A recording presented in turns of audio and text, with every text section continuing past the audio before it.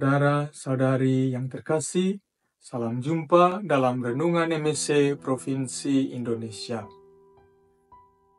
Dalam rangka Hari Komunikasi Sosial Sedunia untuk tahun ini, Paus Fransiskus meninggalkan sebuah pesan tentang cara berkomunikasi secara baik. Ia berpesan, berusahalah untuk mempromosikan komunikasi yang dapat menyembuhkan luka-luka kemanusiaan kita. Berilah ruang bagi hati yang tulus ikhlas, seperti bunga yang mungil tetapi tangguh, tidak tumbang di tengah badai kehidupan, tetapi justru mekar dan bertumbuh di tempat-tempat yang paling tak terduga. Ketika merenungkan kata-kata Paus Fransiskus ini, saya teringat pula akan satu kalimat sederhana dari Suster Kazuko Watanabe asal Jepang. Ia berpesan, mekarlah seperti bunga dimanapun engkau ditempatkan. Saudara-saudari yang terkasih, perikop Injil hari ini dari Matius bab 5 ayat 38 sampai dengan 42 berisikan perintah-perintah moral yang disampaikan oleh Yesus kepada murid-muridnya. Janganlah kamu melawan orang yang berbuat jahat kepadamu. Siapapun yang memaksa engkau berjalan sejauh 1 mil, berjalanlah bersama dia sejauh 2 mil. Janganlah menolak orang yang mau meminjam daripadamu.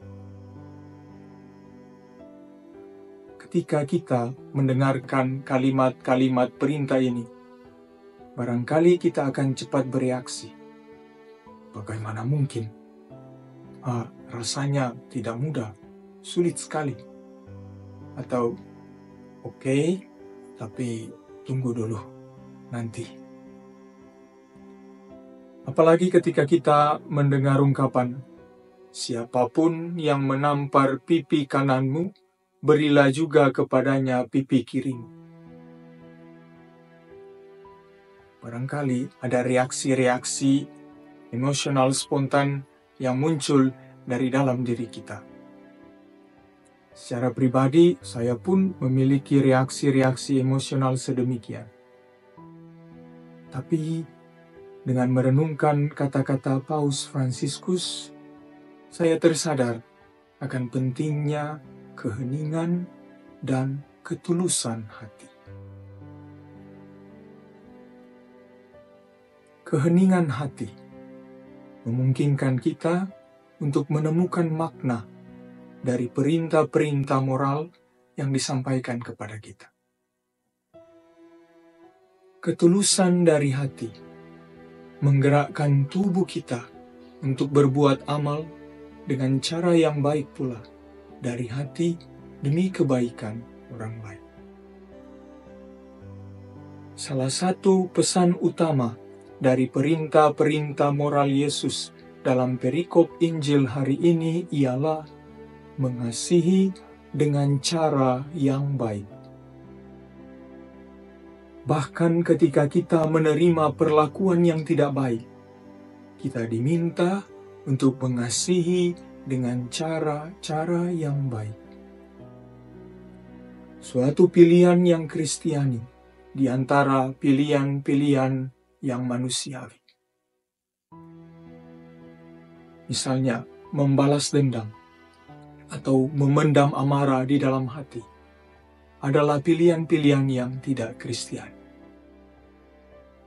Kita perlu hening dan tulus dari hati untuk bisa membedakan mana yang baik dan mana yang sungguh tidak baik.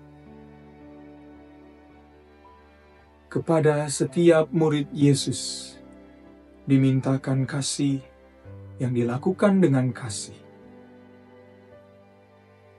Diminta kasih yang dilakukan dengan cara-cara yang tetap mengasihi. Memang isi dari perintah moral Yesus bukan hanya sampai pada ucapan mulut.